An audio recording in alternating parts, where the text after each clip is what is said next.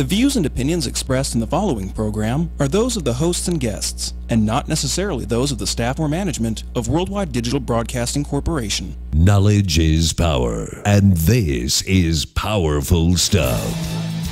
Wellness Education Cannabis Advocates of Nevada present the We Can 702 Nevada Cannabis News Hour with the We Can radio team. For the next 60 minutes, we'll take an in-depth look at the cannabis reform revolution sweeping the nation. Now, let's fire up the news hour. Here is the We Can radio team.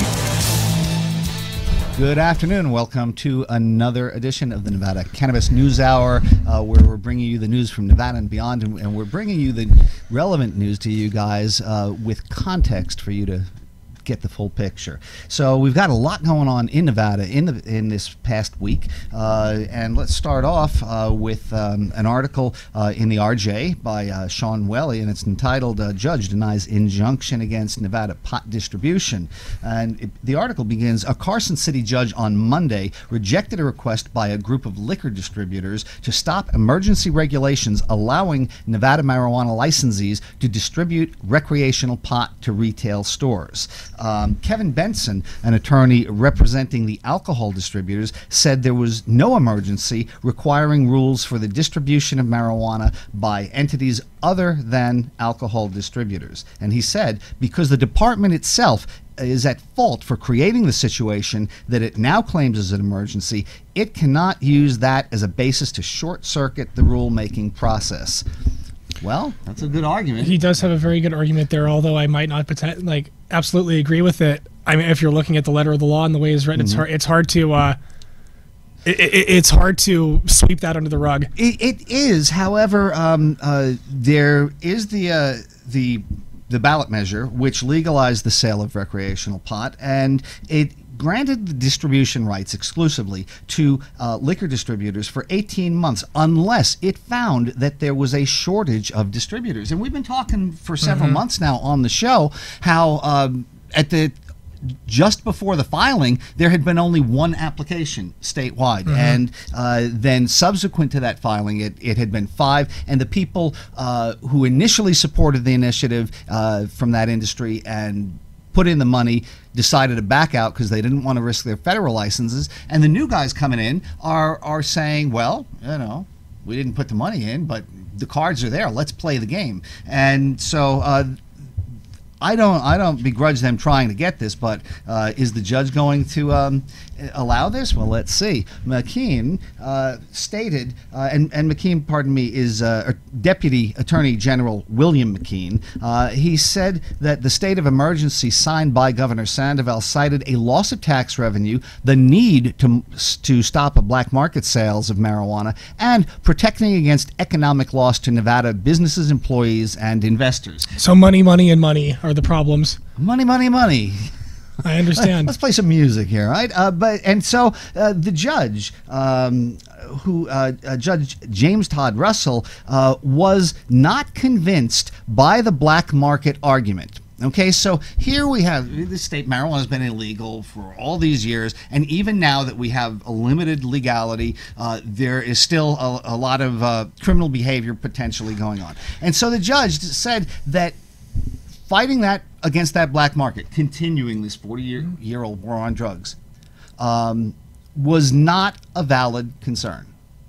So I don't understand how he came to that conclusion. That's fine. However, as you pointed out a little earlier, he said protecting state revenues was a valid concern.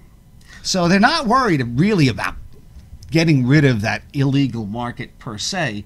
They're just protecting their own turf and protecting their own piece of the action, as it were. Well, once again, you know, there was a very common sense solution to that, and unfortunately the bill wasn't written that way. But if they're really concerned about, you know, tax revenue and we need to get this money and things like that, why not have it be more like a gaming or an alcohol license, to where there is no set number of stores that are available? It's all up to the various municipalities to determine their own fate concerning that, and the state could just have free market capitalism rule the day and see what happens with all that. And if they're looking for the most money, that would obviously be the way to get the highest amount of tax revenue. But, we're stuck with the process we have now, and we'll chew through it and we'll get by.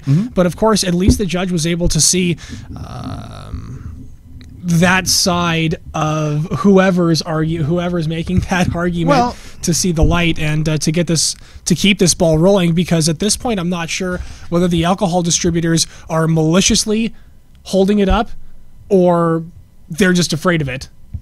I think, you say the alcohol industry, and I think we always tend to label and overgeneralize. Sure, within the alcohol course. Industry itself, there were only 1/3 of them who supported the initial measure, 1/3 opposed, and 1/3 in the middle. And it's kind of those guys in the middle, now that the proponents backed out early on in the process, they're ready there to pick up those cards and keep it going. I don't really I don't blame them on this point, but we're going to see where this goes in the future. We'll keep you up to date on it. What else we have happening around here? Well, the county, this story's coming out of the Las Vegas Review-Journal from Friday, July 21st, and basically the county has put the kibosh on smoking cannabis in tour buses, limousines, stuff like that.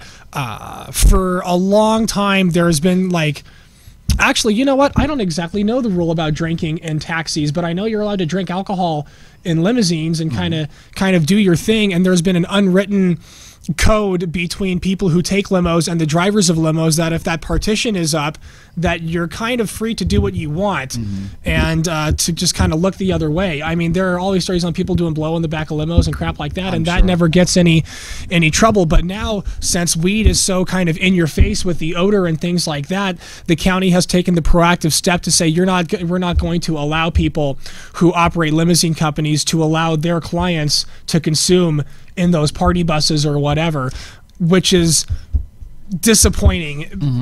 I've always looked down on those kinds of laws. I actually even look down on the law that says that if the driver is sober, the passengers in a private motor vehicle can't drink alcohol. I always found that ridiculous also, but that's just another story for another day. Well, I from the county's perspective and in their defense, I think that they are unwilling to go further than the state law explicitly permits. And under state law right now, it's only legal to consume the cannabis on your own property, in your own home, as it were. And so even though that cuts out a lot of tourists coming in, that's where the state is at in the regulations. And the county, just as over these years, the Department of Health and now the Department of Taxation will not want to overstep those bounds. They are going to color within the lines only, and I see why they're doing it, and we just have to keep pushing forward. It's just a matter of never over. Yeah, that's a matter of perception, I suppose. You say, oh, you want to color inside the lines or whatever, but they didn't really pass explicit measures against that either. So, you know what I mean? You can kind of look at it however you choose to look at that concerning on a regulatory level. It's just a matter of how brave the county wants to be in that. And obviously, I would assume the limousine companies aren't banging their doors down going, hey, we got a ton of clients who are ready to, who are telling us we need to be able to smoke in the limos. If it was a problem, they'd hear about it. Yes. So, I mean, my brother drives a limousine, and he tells me once in a while how he has clients that request to get taken to a dispensary, but consuming in the limo has never been brought up in conversation yet. So we'll see. Once again, we'll see how this goes, but it's just another problem that we're going to have to deal with. Like the Pandora's box of legalization and regulation has given problems to so many industries that we never would have thought of beforehand. Right, but at the same time, we now have an evolving cannabis tour industry in the state, and so now we're creating whole new categories of business and employment that wasn't there a year or three ago. Oh yeah, we're not replacing lost jobs. There's going to be some reasonable regulation going on in there. We just we're going to in the activist movement have to keep working and keep chipping away at these little No things, doubt about it. you know? No doubt about it. We're revealing a beautiful ice sculpture, I guess. Yeah. All right, let's see. What else have we got going on? Well, here's a story from the Las Vegas Sun by Chris Kudialis on Monday, July 24th, entitled "Nevada's Recreational Marijuana Industry Ramping Up Delivery Services to Meet Demand." So we just talked about these independent alcohol delivery services that are trying to take over this area. So we have in this story, it talks about founder Tim Condor of Reno-based Blackbird Distributing Company is delivering weed from 15 dispensaries to customers' homes across Nevada, and he aspires to grow his business to 30 total dispensaries by the end of August. He says that every dispensary has at least quadrupled their sales volume. Some have gone up 10 times easily. Nevada has done a solid job protecting the public while making it possible for operators to make recreational sales. And what this guy does, or what they do, is for $1 a mile with a minimum order of $10, Blackbird transports the marijuana anywhere within a 25-mile radius of a dispensary. And so if you read the story from this view, this is a company that started with 3 people, and they are now doing 15 dispensaries and looking to double that business by August. So from that perspective, you've got a plucky startup that is just trying to take advantage of a newly emerging field and get the most market share that they can. And so it becomes the areas get a lot grayer on who the good guys and bad guys are from one story to another. It seems like a decent idea. There's a lot of these companies who have problems with liquidity right now, and they're trying to not overexpand their workforce unnecessarily, but they also want to serve their patients and get maximum revenue. This seems like an easy solution potentially, as long as the local municipalities are willing to license them to be able to transport the cannabis. Because Blackbird apparently has an alcohol distribution license, they're able to get into this market, and so it's not like they're taking advantage, but they're of the brand new regulation as a startup new entry. If they've already been doing this, they're just looking at expanding their share in this area because there are other bigger players in the alcohol industry that limit their upside. Right. Here you've got some virgin territory. Later on in the same article, though, they refer to a Las Vegas Metropolitan Police Department lieutenant when talking about illegal services, and that 28 illegal delivery services, some as large as 10 employees, have been shut down since January 1st, when rec marijuana became legal for use and possession. Metro Lieutenant Sean Toman says such outfits are run by people with gang affiliations and lengthy criminal histories who advertise on Craigslist, Facebook, and Backpage. I've certainly seen a bunch of these on Craigslist. Absolutely. But, I can't say that every one of these people have gang affiliations or lengthy criminal histories. It's just a way for the police department to paint them as bad people in the public's eye, and cannabis isn't such a bad thing in the public eye anymore, so they look to something that does have a very negative context to affiliate it with.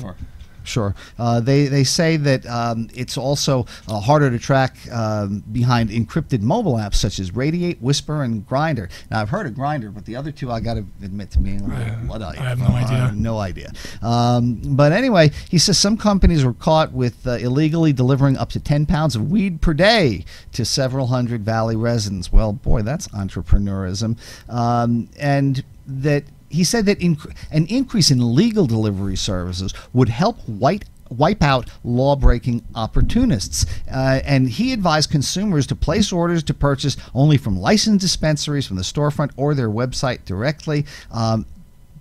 This is an evolution. We have the police department, Metro Lieutenant saying, patronize these legal dispensaries. On buy how your to pot there. That's a great thing. I mean, no disrespect to him whatsoever. Absolutely. This is a terrific evolution. So kudos to you. What else we have here? Well, kind of an interesting story. I don't know whether it's funny or not, but it's curious to me. There was a Las Vegas marijuana defendant who got acquitted by a local jury, and it's still not a local jury. It was a federal jury, wasn't it? Yeah. So, in long story longer, there were a couple of Chinese citizens who got caught growing hundreds and hundreds of plants in a residence they owned here in Las Vegas a couple of years ago. I think it was in 2014 or something like that. 2015, and the police busted this grow house because a neighbor saw these guys moving grow trays and lights and reflectors into this house. He called the police. They did an investigation. Eventually, came in. These guys had dug up the electric box underground to bypass that. Yeah, so that stealing power. And they had roughly 500 plants in that house. And then evidence at that house led them to a second house, which then led them to a third house with a total of over 1,000 plants. And so this was. This was entrepreneurialism at its at its max, I guess. But anyway, so that's where these charges came from, and the federal government took over prosecution of this case because of the amount of plants involved, and. So, well, there was a father and son involved in it, and the long and the short of it is that the father was convicted. Like, the jury took less than a couple hours to render their verdict on the marijuana conspiracy to distribute charge and things like that. But the son, well, he was kind of tried separately, and when it came to the sentencing portion, or not the sentencing, but the verdict, yes. He chose not to. He did not show up to court for the verdict, and he was summarily acquitted. So now you have a person who has been acquitted of the crime, but yet is still technically on the lam, because I think they're holding his dad. Oh yeah, well, part of the reason that they held his dad was because he's missing. Yeah, so it's just a weird. It's just a weird thing. Like, they're not citizens. Will they be extradited? Like this? How does this all play out? I don't know. But this story just broke about yesterday. Yes. So we'll keep you updated in the next couple of weeks or couple months as we learn more. We'll see how these developments go, but it's just a case where people get in trouble themselves. For somebody to have a big house like this and be moving grow trays in and moving lights in and all this sort of stuff, and being so careless or brazen, let's say, as to let others see them in their obviously criminal activity, well, then they have made their own bed. Yeah, no doubt about that. So anyway, let's see. We're going to take a quick break, and we'll be right back.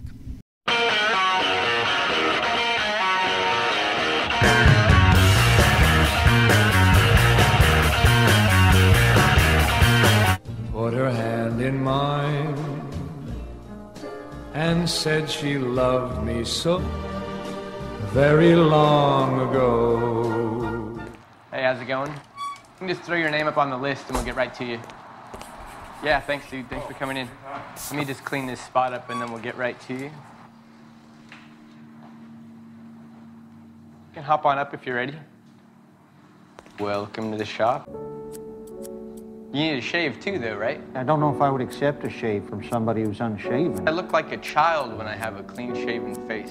No, I wouldn't want a child cutting my hair. And I'd also need to know that the blades have been sanitized thoroughly. I can guarantee you that the barbicide is 100% authentic, and these are sanitized tools I'm using. Well, what is the... Have you ever gotten a straight razor shave? Is there any other kind?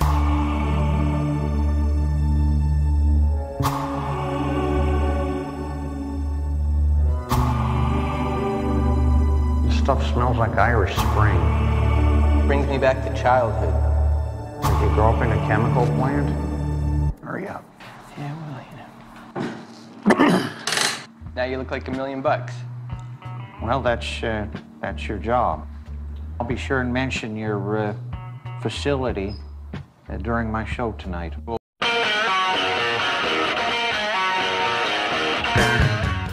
Welcome back to the show.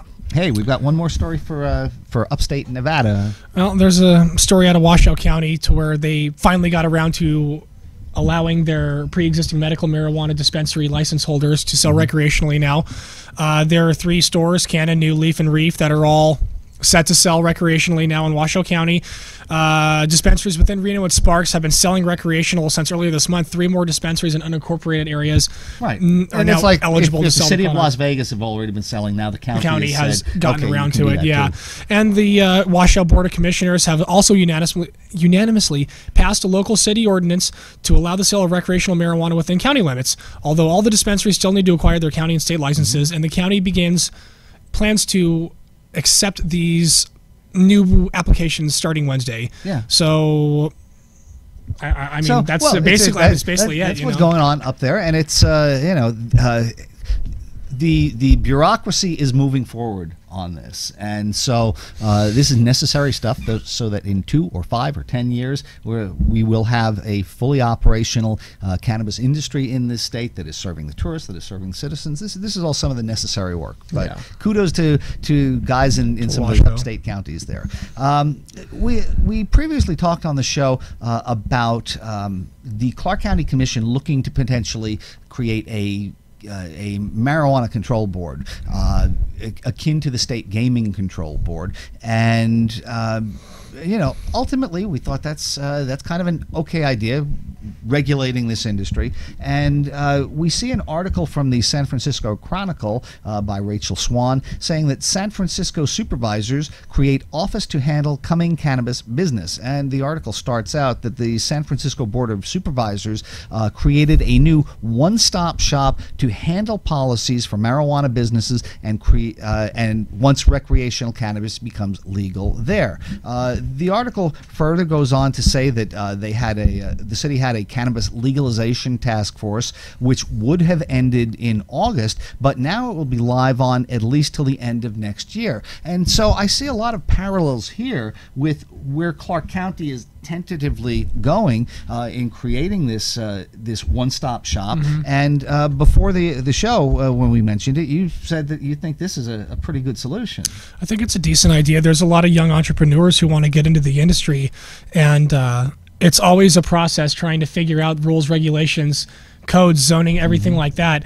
And it would be very nice if I could just walk into one building, just City Hall in any random town that I wanted to go into, and say, look, where can I find all my answers? And they have everything there for me. Well, you can go to the marijuana office and you can deal with licensing, you can deal with zoning, you can deal with everything you need to know. You can talk to them about it instead of bouncing around to 10 different departments and taking a week to figure out get your ducks in a row. I mean, it's just streamlining the red tape. And I think it's also because in this industry, especially because it is under such a microscope, that you don't want to have anything wrong when you have states or localities saying we're going to have a zero tolerance policy for infractions or this or that. So ignorance of the law is no excuse, obviously. And so it would be much better for these entrepreneurs to be able to have that kind of one-stop shop. So the idea that the county may consider doing this is terrific, and I would suggest anybody who's got an interest in this, get in touch with your county commissioners. Let them know you think that it's a good idea, and go from there. And also, we do have this green ribbon panel in Clark County that was established. They met 3 times, and now they're officially disbanded. But the idea to take a panel and perhaps find a better way to elect some of the members to it and extend its usefulness, because the idea that you assemble people from different parts of the Clark County economy and bring them in to talk about these issues and say, okay, well, fine, we're all done because the places are open now and that's it, ignores the fact that these regulations and these issues are going to be evolving over the next 12, 24, 60 months. And so having an industry group in here to gauge the pulse of different parts of the economy, I think would be a good idea. I just don't agree with how some of these guys were picked. Yeah, I mean, I kind of went into my own little place when you mentioned the green ribbon panel. It's just like, I don't even want to, I really don't even want to discuss the ridiculous process of choosing that. I still remember a few of the members that were on there. They either did not need to be there for any number of reasons, or people that I had never even heard. I remember the medical marijuana advocate that they chose was someone who I'd never even heard of. Having been a medical marijuana advocate for all these years was shocking to me. But hey, you know, that's what happens when you have the right political affiliate. When you put D next to your name, well, I think you rub elbows with the right people. You know, you get to have little titles next to your name like that. So. Well, and in that sense, you know, we talked earlier about County Chair Steve Sisolak, who is a Democrat. Some people feel that is not his proper label, and so he's just taking advantage of a Democratic majority. Other people are comfortable with what's commonly referred to as a blue dog Democrat, someone who is socially progressive and fiscally conservative. And you know, there's nothing wrong with that. He's got his views, and you know. Well, that's fine labeling himself as such. There's no thing. You're not going to gain anything by switching parties to the Republicans these days. Well, you know what I mean? Not in Clark County. No, definitely, especially not in Clark County. In Clark County. So anyway, we will be right back after another quick break. Crazy Terry here with your car care tip of the day. Today's tips on cooling systems. This vehicle's got about 182,000 miles on it, so if you're checking the coolant, check the hoses too. Just feel them and see if they're soft or any signs of fatigue for the mileage on it. They don't feel bad. They look like they're still the original hose, but you want to make sure you don't go too long with these hoses because they will eventually deteriorate, cause a problem. In this case, this car's got a visible leak. The customer brought it to us. We'll pop the hood and check the cooling system. First, we just relieve any pressure that might be on the cap, remove the cap, take a look inside. We see it's kind of low. Now we'll start our inspection. What we found on this one is the top tank is leaking. It's got a crack in it. Pretty common for these plastic radiators to do that. I want to get to a shop right away because severe engine damage can result from overheating condition like this. In this case, it was pretty easy to see the crack was right on the top tank, but a lot of times we'll have to pressurize the system to locate the exact leak. Could be a hose in the back, could be underneath. Some of these are hard to find, but in this case, a very common leak, the top tank. When we're testing a cooling system, it's okay to use just water, but you want to make sure when you're filling it up properly, it's a 50-50 mix of antifreeze and water. It needs the water to make the chemical work, so don't just put straight antifreeze. 50-50 mix is the best way to go. Keep it clean, keep it rust-free. So as you can see, we got a pretty active leak. You got to get this fixed, or there's going to be some engine problems. If you're going to top off your own coolant, it's really not that hard. If you got a radiator cap, just make sure it's not hot. Take the cap off and take a look. In this case, we're pretty full here, but what we have is the overflow jugs empty. So we'll just add that. Once again, check your manufacturer's specs to make sure what type of coolant you have. In this case, we're using the good old green. There's gold, there's red, there's yellow, all types out there. Just want to make sure you're staying with your manufacturer recommended coolant. And that's really all there is to it. The cooling system is a major component. You'll want to service that regularly. If you have a problem, it could be too late and cost you thousands of dollars. If ever you have a problem, come into Sun Valley Automotive. It's no charge to look at your cooling system. This is Crazy Terry with your car care tip of the day.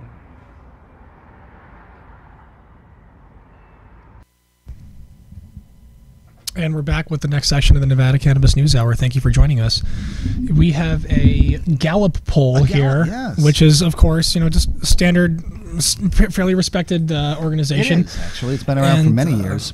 And basically what the Gallup poll is, recent Gallup poll says that in the United States, about 45% of adults have tried marijuana. Mm-hmm. And that is a huge number. I believe that's the biggest number since the late 60s or early 70s. Well, as John Denver would put it, it's an all-time high. Or was that Rita Coolidge, maybe? But anyway, Gallup started tracking these numbers in 1969, and at that time, only 4% of Americans had said that they had tried marijuana. So in the course of 2 generations, you're taking that number and increasing it exponentially. Absolutely. Of course, then in 1969, I'm not sure how many people wanted to admit that they smoked pot. Don't trust anyone over 30. Asking questions. Yeah, something like that. Let's see. Interestingly, the support for legalizing marijuana has been increasing to the point where last year 60% of people in America said pot should be legal, which is once again a record high. As it goes on, the piece from Gallup.com says that Attorney General Jeff Sessions has initiated a task force studying links between violent crime and marijuana, and this body will reportedly release its findings at the end of July. And I have a little information on that. Over the cannabis news waves in the past week, there was a lot of alarm over the fact that the federal government brought in a lot of people to hold in high-level talks about the illicit marijuana industry in Colorado Springs, where they had this meeting. And they were brought in by at the request of Colorado Springs Mayor John Suthers. He was a former Attorney General back when the dispensaries started first opening in Colorado in 2009, 2010, and he's a staunch opponent. So he's gotten all these law enforcement agencies together to talk about what they're going to do about pot. And this is part of Attorney General Sessions'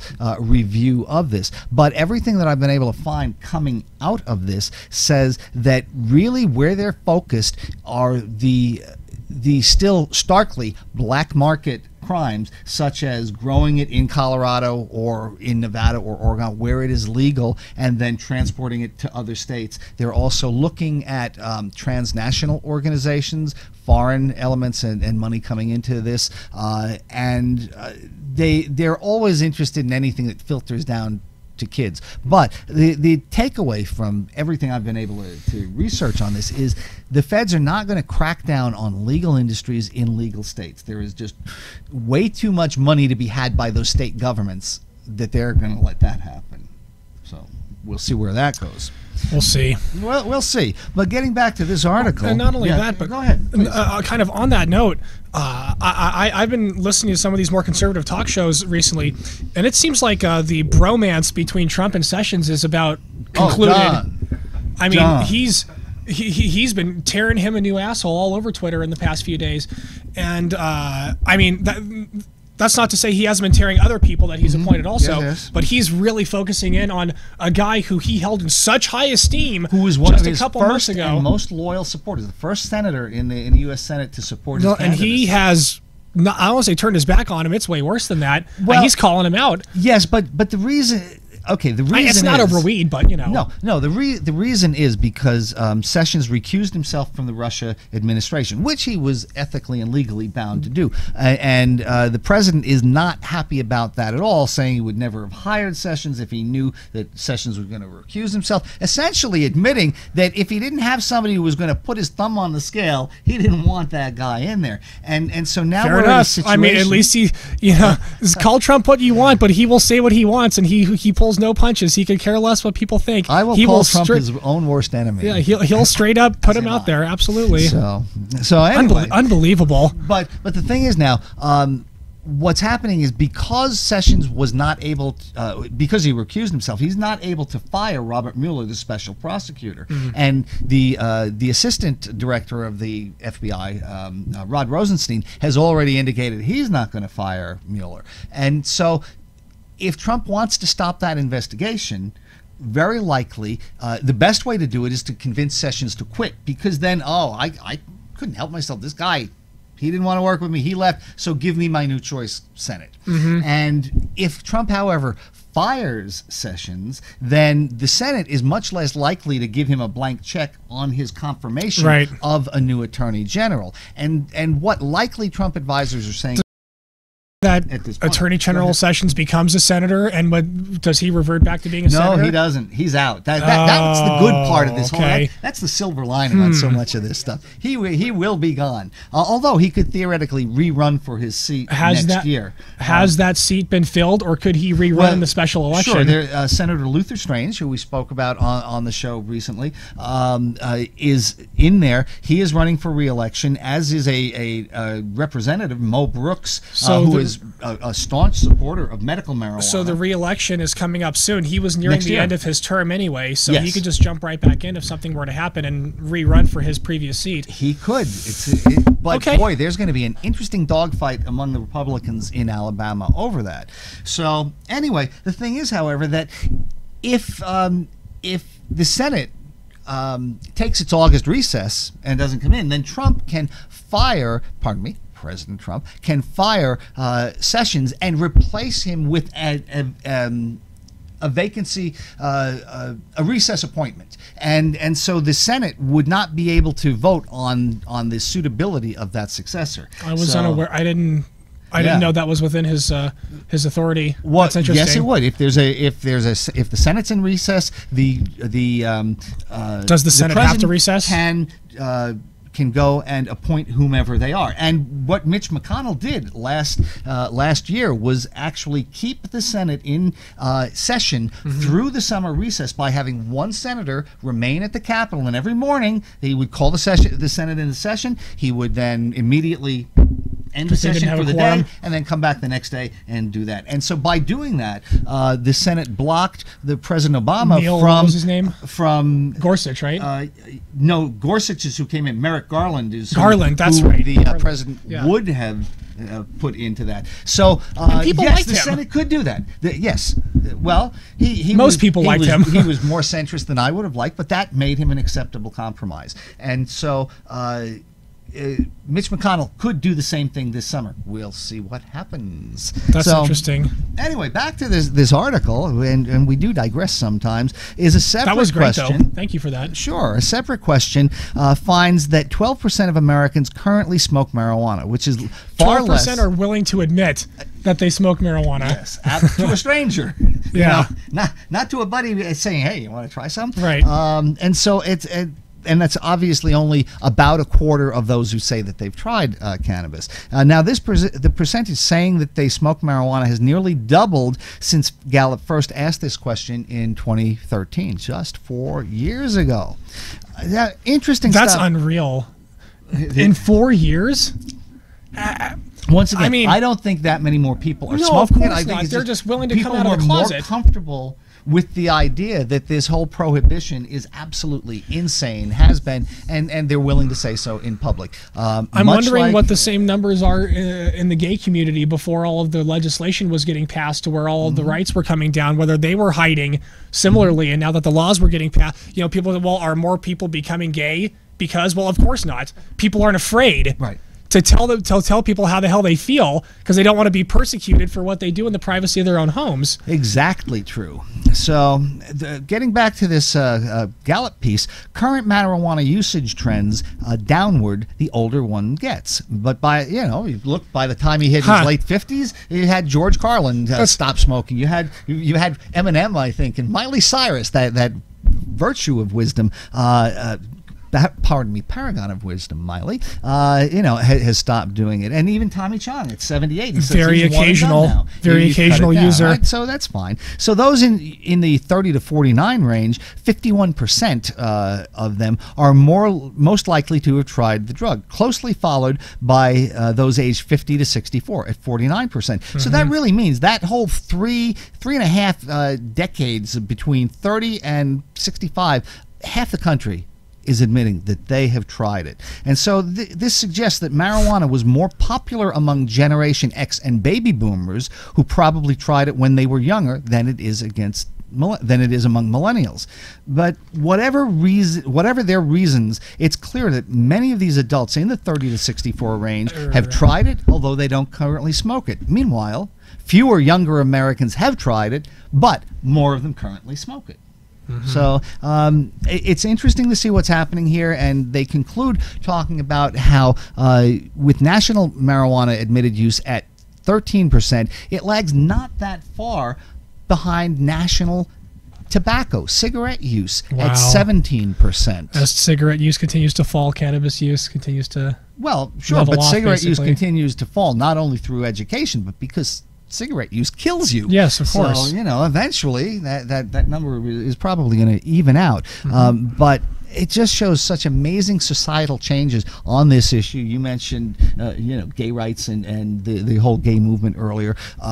So we see a lot of society changes. Well, it's a different thing because a lot of people who are, they're born gay, and it's not really a choice, but I kind of look for similarities between different industries or movements in the cannabis industry to kind of feed off of what they were able to do successfully and the arguments they were able to make and try to emulate that.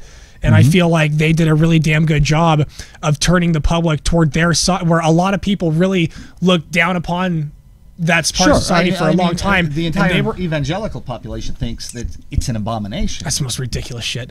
Leviticus it's just pretty serious whatever. stuff. Yeah, well, sure. Okay. I mean, I'm not even going to get into the that's religious fine. aspect, because they're just, religion is absolute poison. But to your point, that is it, what kind of right is it to use cannabis versus, I was born this way? And we've got a federal lawsuit that's just been filed that I think can partially address that. We're going to cover that when we come right back. All right.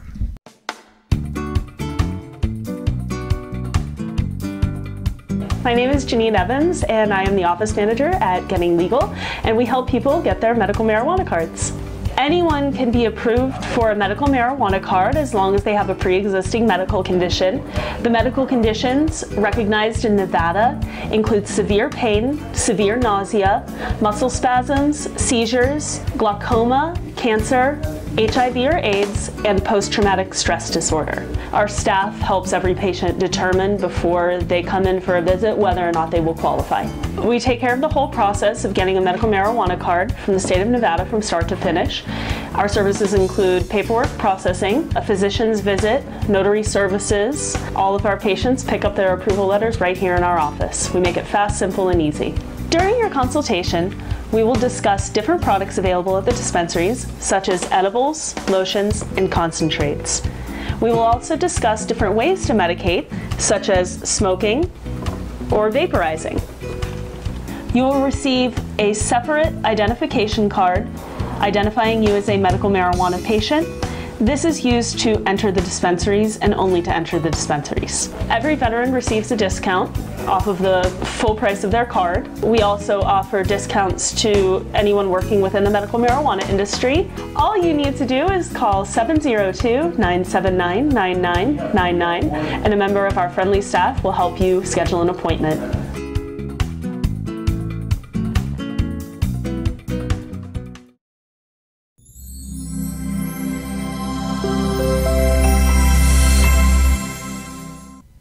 And welcome back to the Nevada Cannabis News Hour. Hey, just before the break, we were starting to get into a discussion of the rights of people to use cannabis, and whether it is actually a right or just a permission by a government or a society.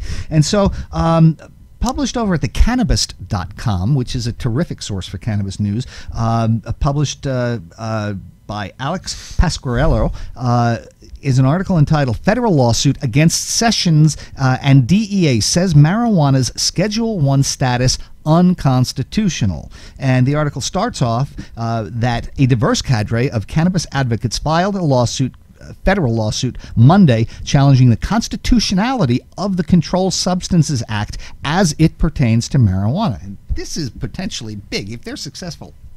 Kudos to them. Yes. So, Attorney General Jeff Sessions and Drug Enforcement Agency Acting Administrator Charles Rosenberg were named as defendants in the lawsuit brought by a former NFL player, 2 children using medical marijuana, an Iraqi war vet with post-traumatic stress disorder, and a social justice nonprofit organization. I mean, wow, that is a fairly diverse group. And they're all kind of focusing in on one specific issue.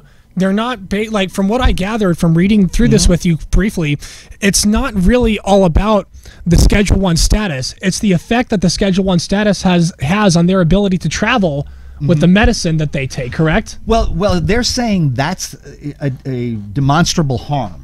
You know, that is actual damages that is happening. But they do also argue that it is unconstitutional. And they say that the CSA's classification of cannabis as a Schedule 1 substance, which is obviously the most dangerous stuff in the world, according to the federal government, right? That classification is so irrational that it violates the U.S. Constitution, these plaintiffs claim. They filed an 89-page complaint. Well, under what? Well, how the... Well, come on, give me a minute to tell you. Yeah, come on. All right, they filed this complaint in which their attorney, and they filed this in the Southern District of New York, which was Rudy Giuliani's old turf, and more recently Preet Bharara, who was just fired by the Trump administration, further claims that the federal government does not believe and has never believed that cannabis meets or ever met the 3 Schedule I requirements. High potential for abuse, and study after study have shown that a little dependency can occur. It's less habit-forming, not addictive, habit-forming than caffeine. Secondly, that there is no medical use in treatment, and clearly there are multiple medical uses. And thirdly, no ability to be used or tested safely, even under medical supervision. So they're saying that it's such a dangerous subject that even in a control setting of a hospital, cannabis therapy, dangerous stuff. So, from the filing, it says that indeed the federal government has admitted repeatedly in writing and implemented national policy reflecting that cannabis does in fact have medical uses and can be used and tested safely under medical supervision. Absolutely. What about the people? We were just talking about this during the break. There are people currently today, right now, who still receive jars or tins full of medical cannabis pre-rolled joints that come from the University of Mississippi, their farm, and that is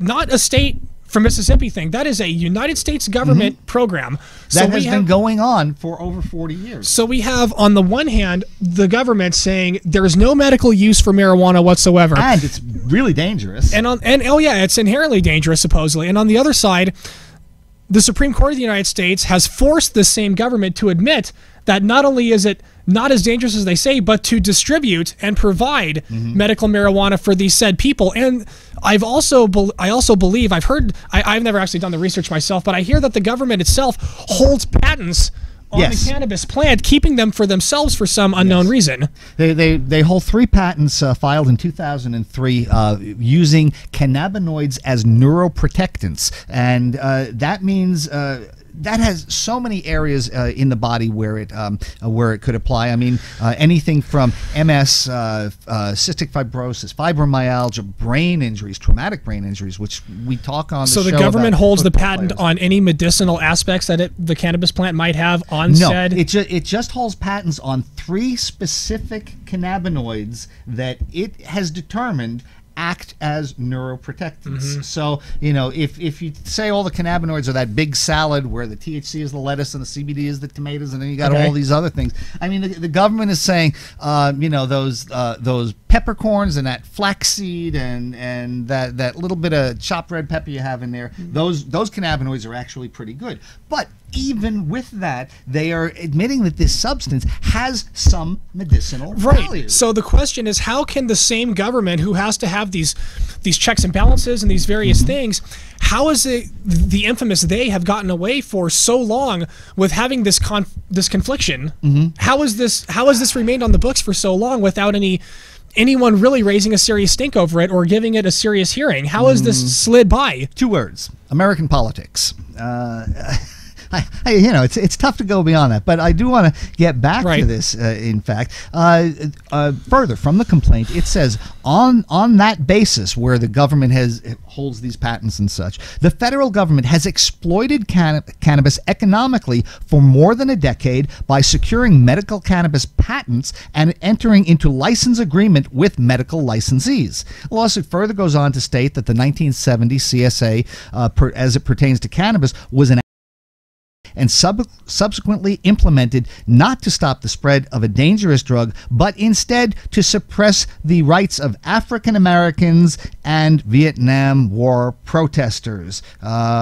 Yes, and President Nixon was on tape in the Oval Office referring to Jews and hippies and such as being the reason that he wanted marijuana illegal. The lawsuit seeks a declaration by the court that the CSA is unconstitutional. A ruling in the plaintiff's favor would not nullify the law, but instead put a permanent injunction against enforcement of the law as it pertains to marijuana. Wow, that is major. They make a really compelling argument that activists have been putting together for years. So they're trying this case, or they're hearing this case in Southern New York. Federal court, you know. You're from New York. What do you think? New York City, the Southern District of New York is where you see the greatest number of prosecutions of white-collar crimes, of financial crimes, of serious big-ticket items. Because if you look, Wall Street's right New there. York, right? If you say New York and Washington are two of the biggest financial and business-oriented power centers in the country, it makes sense that that would be a strong area. Rudy Giuliani came out of this area in the 80s, and then he most famously prosecuted Mafia Don John Gotti, and then he eventually got to be mayor, and now crazy man. Yeah, well, he also was he also prosecuted Senator Congressman Charlie Wilson back in the day. During the day, he went after anyone he could. Yeah. He was a mean dude. Absolutely, he did. And Charlie Wilson was not a terrible guy by any stretch of. Well, he turned out to be, an unwilling participant in the nonsense we have right now. I wonder what he has to. If he's still alive, I would love to hear how he feels about how everything went. About all that, I mean, I would love to hear his side of that. Now that the Charlie Wilson's War movie came out and all that crap, like, absolutely. Oh man, absolutely. So anyway,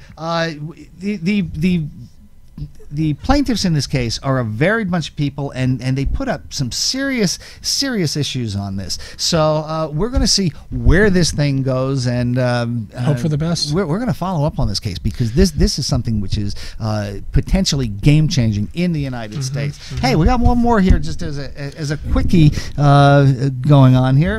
In Gardner, Maine, a local dispensary has taken it upon themselves to be real community organizers and activists, and not just organizing people, but organizing people to do something positive for their community. And their pitch is that if you go around the immediate area or in your neighborhood and pick up a whole bag full of trash and bring it in, they'll give you a gram of weed for free. Yeah. Which is just, it's wonderful. It stokes activism, and it takes the burden off of the city for cleaning up the streets and things like that. I mean, I don't really believe that a lot of people understand, even here in Las Vegas, if there wasn't an army of county and city employees working to keep this place looking decent, it would be a shithole in a matter of weeks. And shout out to them for sure, and and good for this place in Gardner for trying to be proactive with that. Yeah, they're terrific people. Understand they took this idea from somebody in Colorado who was doing it, and it's just a good idea of showing a proactively putting a positive face on this industry. No doubt. And kudos to them for doing this. So, hopefully we're going to see something like that happen here. Oh my God, the downtown community could certainly use something like that. That's for sure. But we're kind of running out of time. But let me ask you about the party. August 12th. Saturday, August 12th, the weekend is holding its 9th anniversary pool party at a property on TP Lane. I don't have the actual address for you right now, but it's on TP Lane in the northwest part of the valley, and it is just a gorgeous facility that we have been generously donated by a supporter. If you have a chance, go to our Facebook page or our weekend702.org if you don't have Facebook, but go to our Facebook page or our social media profiles and kind of scroll down a little bit. There have been previews, pictures, little videos that some of our staff and board of directors have taken to kind of show you what you have coming. And these are great parties, and you're going to be in a private residence, and so it will be a very relaxed event. Yes. But, with state of Nevada and Clark County laws, there will be no selling of cannabis on this facility whatsoever. But these parties have been a social gathering point for medical patients for 9 years now, and it's going to be a great day. This will be our first big party since the recreational sale started. Yeah. So we're definitely encouraging you to go peruse your local dispensaries and meet some like-minded people, and if you want to look to get into the industry, it's a great place to meet folks. So thank you all again. Thank you. So we're going to come back next week and try to give you a little more context into the cannabis news and see where it takes us. Bye now.